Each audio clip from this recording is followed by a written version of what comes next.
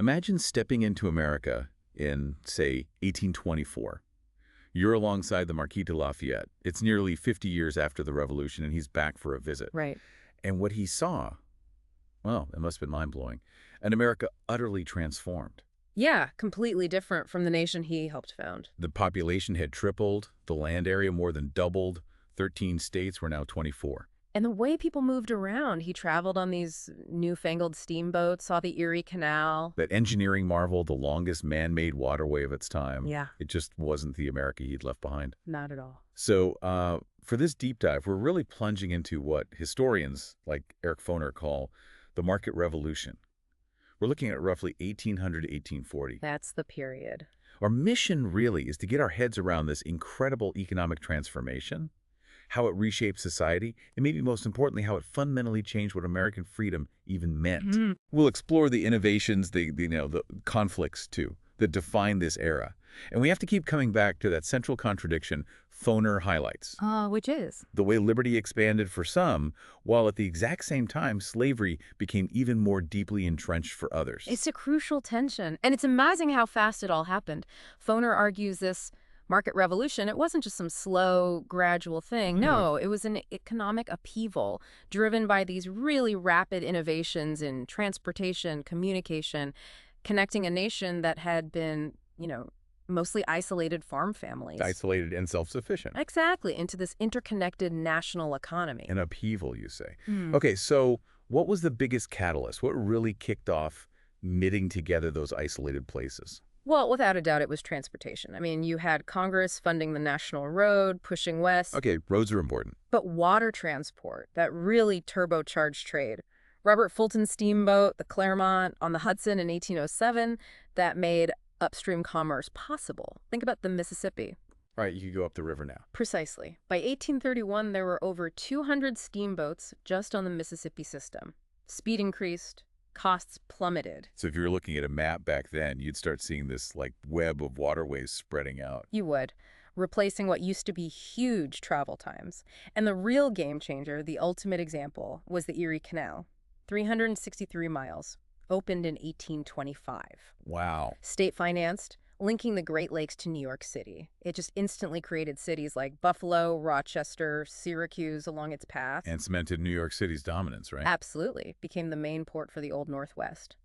By 1837, you've got over 3,000 miles of canals crisscrossing the country. Okay, canals, steamboats, what else? Then came the railroads. Started with the Baltimore and Ohio in 1828. The B&O. And it just exploded. By 1860, 30,000 miles of track, more than the rest of the world combined. That's incredible, opening up huge areas of the interior. Exactly. And then for communication, Samuel Morse's telegraph, commercialized in 1844. Suddenly you have near-instant communication. Which changed business how? Uniform prices across the country, for one. News traveled faster.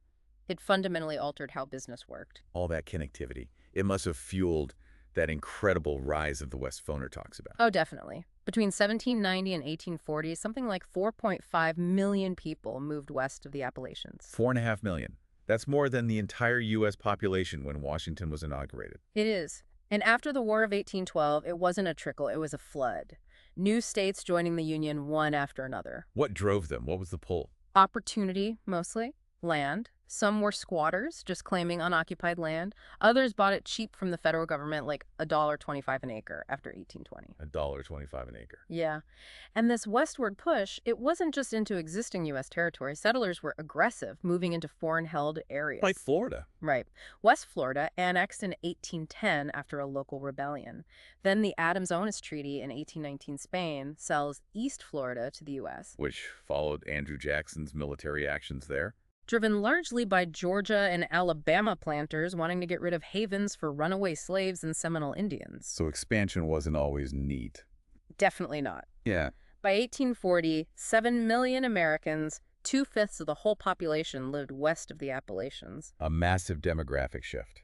And Foner points out something interesting about the Ohio River. Yeah, it becomes this boundary, right? Free states north, slave states south. Yeah, the cultures weren't totally separate. No, strong ties remained across the river. You saw it in food, speech, how people farmed in southern Ohio, Indiana, Illinois, these sort of internal borderlands. Okay, so the West is booming.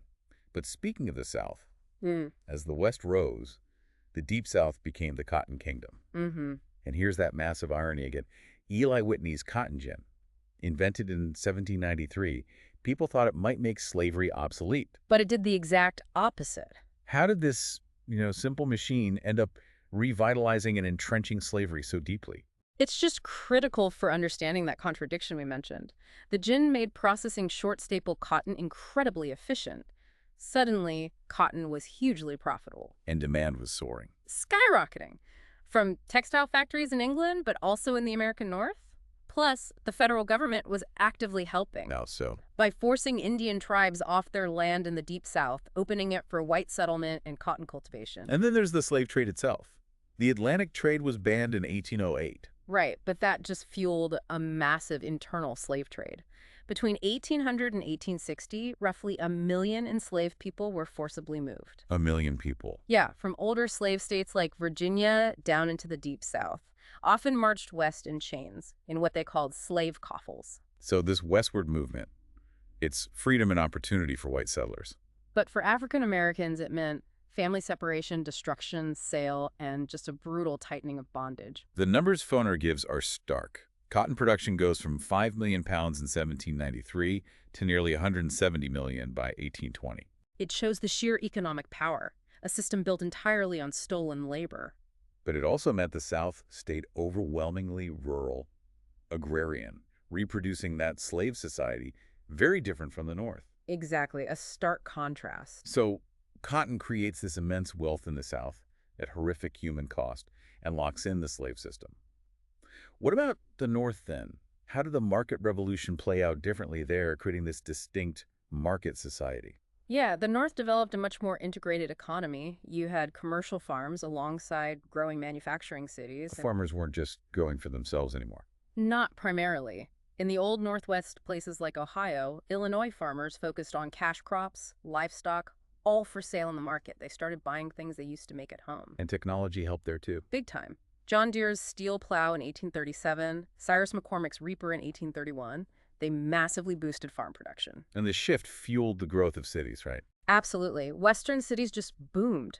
Cincinnati became Porkopolis because of its slaughterhouses. Chicago, starting as a tiny settlement, exploded thanks to the railroads, becoming the fourth largest city by 1860. And inside those cities, work itself was changing. You mentioned traditional crafts. Right, the old system where one skilled artisan made a whole product that started to disappear. Replaced by what?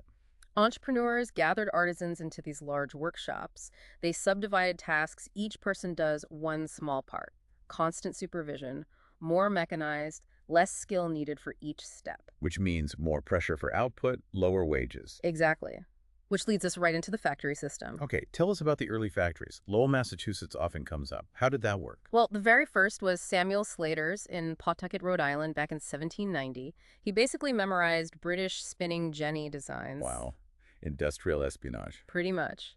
Then, in 1814, the Waltham factory in Massachusetts used power looms on a large scale. But Lowell, created by the Boston Associates, was the big one. Why Lowell? It brought all phases of cloth production, spinning, weaving, finishing under one roof, fully integrated. This became the American system of manufactures, mass production, interchangeable parts. And who worked there initially? Foner mentions the mill girls. Right. Early on, these New England mills relied heavily on young, unmarried women from Yankee farm families. Women leaving home for work. That seems like a big deal for the time. It was huge. The owners set up boarding houses, strict rules, trying to make it seem respectable. It was the first time large numbers of women worked publicly, earned their own income, even if just for a few years before getting married or moving west. Another huge social shift. And this economic expansion, needing all these workers, it also fueled a massive growth of immigration, didn't it? Enormous. Between 1840 and 1860, over 4 million immigrants came, mostly from Ireland and Germany. 4 million. Where do they mostly go? Overwhelmingly to the northern states. Jobs were plentiful there, and crucially, they wouldn't be competing with enslaved labor. By 1860, New York City's population was nearly half immigrant. What was pushing them out of Europe and pulling them to America? Well, in Europe, you had agricultural changes, industrialization, pushing peasants and craft workers off the land or out of jobs. America offered, or seemed to offer, political and religious freedom, plus the lure of work, and sometimes escape, like refugees from the failed European revolutions of 1848. And the Irish and Germans were the biggest groups. By far. The Irish were the largest, many fleeing the devastating Great Famine of the mid-1840s. 1 million died. 1 million emigrated. Terrible. What kind of work did they find? They usually arrived with few skills and little money, so they took the hard, low-wage jobs, building railroads, digging canals, laborers, servants, factory work. Irish women often became domestic servants. By the 1850s, they largely replaced those Yankee mill girls in Lowell, And then the German. the second largest group. They often came with more skills, artisans, craftsmen. They settled in cities but also moved west, setting up farms and shops. Created these German triangles in cities like Cincinnati, St. Louis, Milwaukee. But all these newcomers, Mm-hmm. it wasn't all smooth sailing, right? You get the rise of nativism. No, definitely not smooth. Hostility bubbled up pretty quickly. This ideal of America as a refuge existed alongside intense anti-immigrant feeling. Especially towards Catholics. Yes, particularly Irish Catholics. There were widespread fears. Protestant ministers like Lyman Beecher warned about Catholics supposedly trying to dominate the West. And this led to violence. Sadly, yes, mob violence. A Catholic convent was burned in Boston in 1834. You had violent anti-immigrant riots in New York, Philadelphia. These nativists blamed immigrants for crime, corruption, for driving down wages. Using ugly stereotypes. Very ugly, portraying the Irish as lazy, childlike, unable to handle freedom, disturbingly similar to the stereotypes used against Black Americans. It shows how fragile that welcome could be. And the law itself was changing during this time, wasn't it? Foner emphasizes how it started supporting these market entrepreneurs. Critically important. The legal system increasingly shielded entrepreneurs, especially corporations. The corporate form, offering limited liability to investors, became central. And the Supreme Court played a big role. A huge role. Chief Justice John Marshall, then Roger Taney, key cases shaped the whole economic landscape. Like Dartmouth College v. Woodward. Right, 1819. Marshall's court said corporate charters were contracts states couldn't just change. Protected businesses. And Gibbons v. Ogden. 1824, that struck down a state monopoly on steamboats. Big win for competition. Then Taney took over as Chief Justice. And in the Charles River Bridge case in 1837, his court ruled that a state could charter a competing bridge even if it hurt an existing company. Why was that significant? It signaled that the community's interest in promoting new transportation and prosperity could outweigh older corporate privileges. It basically prioritized economic development and competition, embedding those values in the law. So the legal framework itself is adapting to, and maybe even driving, this market society. Absolutely, shaping the rules of the game. Okay, let's shift focus a bit. How did all this change what it meant to be free? The idea of the free individual. It's fascinating. European visitors like Alexis de Tocqueville were just stunned by the energy here. The restlessness, the materialism, the constant motion. He famously wrote about that tumult you find as soon as you arrive. Exactly. And for many Americans, freedom became deeply tied to the West. The availability of land out there seemed essential. This idea of manifest destiny comes up later, coined by John O'Sullivan in 1845. Right, this belief in a divine mission to spread across the continent. But even before that term, the idea was powerful. Westward settlement was seen as a way to achieve economic independence. The key to freedom, for many, avoiding Europe's rigid class structure. Precisely. And this focus on individualism gets intellectual backing from the transcendentalists. Emerson, Thoreau. Right, Ralph Waldo Emerson talking about the new value of the private man. Freedom as this open-ended journey of self-discovery, self-realization. And Thoreau taking it even further in Walden. Yeah. Thoreau criticized how society, especially this new market society, crushed individual judgment, made people tools of their tools, obsessed with getting wealthy. His solution was to simplify. Radically simplify, retreat to Walden Pond, find freedom within yourself. He also lamented how the market was destroying the natural environment. So you have this philosophical current emphasizing self-reliance. And then there's religion, the Second Great Awakening. A huge wave of popular religious revivals really peaking in the 1820s and 30s. Figures like Charles Grandison Finney. Yeah, Finney was a master revivalist, held these intense months-long meetings, very dramatic, preaching warnings about hell, promises of salvation if you converted. And it democratized religion. Massively. You saw explosive growth in denominations like the Methodists and Baptists, tens of thousands of new ministers. Crucially, these revivalists rejected older ideas of predestination. They emphasized free will. Absolutely. Every single person was a moral free agent, capable of choosing salvation, choosing a righteous life over sin. Anyone could be saved. How did this connect back to the market revolution? It seems almost contradictory. It's complex. On one hand, preachers criticized excessive greed, but they also used the tools of the market revolution, fundraising, tours, mass-produced pamphlets to spread their message. And the message itself. It promoted what you might call controlled individualism, hard work, sobriety, self-discipline. These were essential virtues for achieving salvation, and also happened to be the exact qualities needed for success in the new market economy. Spiritual striving and economic striving became kind of intertwined. And this era also sees the emergence of Mormonism, Right. Joseph Smith, upstate New York in the 1820s, the Book of a Mormon. uniquely American religion. It was, but Smith's claims, his absolute authority and especially polygamy, that caused huge controversy and led to persecution. Mobs drove the Mormons from state to state. Ending with Smith's murder in Illinois. Yes, in 1844, his successor, Brigham Young, then led thousands of followers out to Utah seeking refuge. It really highlights both the potential for religious innovation and the very real limits of tolerance in 19th century America. Okay, so we have this image of expanding freedom, opportunity, the self-made man. But Foner's clear. There were serious limits of prosperity. Let's dig into who got left out. Right. The ideal of the self-made man celebrated success through hard work, not birth. And yes, the market revolution did enrich many bankers, merchants, industrialists, planters. It created a new middle class, too. But what about free blacks, especially in the North? Their experience was starkly different. Even in the North, where slavery was abolished, the roughly 220,000 free blacks faced pervasive discrimination. They were largely shut out of these new economic opportunities. Oh, so. They were forced into the poorest neighborhoods, often faced mob violence. Barred from schools, hospitals, other public facilities, they had to build their own churches, like the AME Church, mutual aid societies. Did their economic situation improve? Often the opposite. Many who had been skilled artisans found it harder and harder to practice their trades due to white hostility, being seen as competitors. Most were pushed into unskilled labor, domestic service. The stats are grim. A census in New York in 1855 showed hundreds of black barbers and servants, but only one lawyer, 6 doctors. And the westward expansion we talked about, that wasn't really an option for them. Not really. Federal law barred them from buying public land. And by 1860, 4 states, Indiana, Illinois, Iowa, Oregon, actually prohibited black people from entering the state at all. The promise of the West was largely a white promise. And for women, how did the market revolution change their lives and opportunities? It was complicated. On one hand, mass-produced goods, cloth, candles, soap reduced women's traditional economic contributions within the household.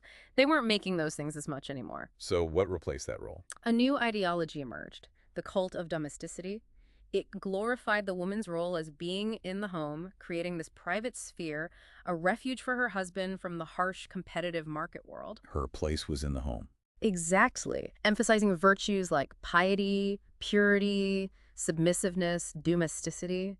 This idea replaced the earlier Republican motherhood concept. But did women have any power within this domestic sphere? Foner points out they did exercise considerable influence over family matters. One key indicator. The birth rate dropped dramatically, from an average of 7 children per woman in 1800 down to 4 by 1900. That suggests conscious decisions about family size. What about women and work outside the home? We mentioned the mill girls earlier. Well, despite the cult of domesticity, many women, especially poor and working class women, had to work for wages. Their labor was essential for family survival. But they face huge disadvantages, lower pay than men, often barred from certain jobs, and married women couldn't even sign contracts or control their own wages. So the ideal of the wife staying home was really a middle-class aspiration. Yes, it became a status symbol, a badge of respectability for the growing middle class, and often relied on hiring other women, frequently immigrants or women of color, as domestic servants. And this led to the idea of a family wage. Right. Discussions about labor and wages increasingly centered on men. The idea took hold that a man should earn a family wage enough to support his wife and children, keeping them out of the workforce. Which brings us to the workers who felt threatened by these changes, the early labor movement. For many working people, especially skilled artisans, the market revolution felt like a loss of freedom, not a gain. Their skills were being devalued, they were becoming dependent wage earners, losing autonomy. And economic downturns made it worse. Definitely. The Depression after the Panic of 1837 hit hard, and the gap between rich and poor was widening dramatically. In Massachusetts, the richest 5% owned over half the wealth. So workers started organizing. Yes. In the late 1820s, skilled craftsmen formed some of the world's first working men's parties. Short-lived, but they pushed for things like free public education, ending imprisonment for debt, and a 10-hour workday. And then came unions and strikes. In the 1830s, yes. Unionization spread. Strikes became more common. They demanded higher wages, shorter hours. Some called for free homesteads in the West, an end to prosecuting union leaders for conspiracy. What was their vision of freedom? How did they frame their demands? They drew on older ideas of freedom as economic independence, as social equality. They saw wage labor not as opportunity, but as dependency akin to slavery. Like when the New York tailors were convicted. Exactly. 1835, they held a public procession mourning the burial of liberty. And those Lowell Mill women we talked about, they went on strike too in 1834 and 1836. What would they say? They declared they were daughters of free men and wouldn't be enslaved by the greed of the factory owners. They were claiming their Republican heritage. So it wasn't just about wages, it was about dignity, about liberty. Absolutely. Some thinkers, like Orestes Brownson in 1840, went further. He argued that individual self-improvement wasn't enough. You needed a radical change in society itself to achieve real equality between man and man. That sounds like a call for something beyond just individual opportunity. It really introduces this idea that economic security, having a basic standard of living, is an essential part of American freedom, a very different vision than the pure individualism gaining ground elsewhere. So wrapping this all up, what's the big picture Foner leaves us with? That the market revolution was profoundly transformative, but also deeply divisive. It created immense wealth and opportunity, especially for white men, but it simultaneously restricted options and imposed new hardships on women, free blacks, and enslaved people. It reshaped the economy, society, and the very meaning of freedom itself, leaving this complex legacy of progress mixed with paradox. Right, so we've taken this deep dive into Foner's The Market Revolution. We've seen the whirlwind of innovation, steamboats, canals, railroads, factories. We've seen the massive westward expansion, the rise of cities, the surge of immigration. And the social changes that came with it. New kinds of work, new ideas about individualism, religion. But also those stark limits. The entrenchment of cotton slavery, the discrimination faced by free blacks, the constraints placed on women by the cult of domesticity, and the rise of a labor movement challenging the new economic order. The ideal of the self-made man flourished, but it wasn't a reality for everyone. Not by a long shot. Which really leads to a lingering question, doesn't it? What's that? In a society that becomes so driven by, economic gain, individual ambition, how does that nation balance this powerful pursuit of prosperity with its founding promises of liberty and equality for all its people? That is definitely something to think about, a question that echoes long after this period ends. Indeed. Well, thank you for joining us on this deep dive into American history, specifically into the market revolution. We really hope you found these insights valuable.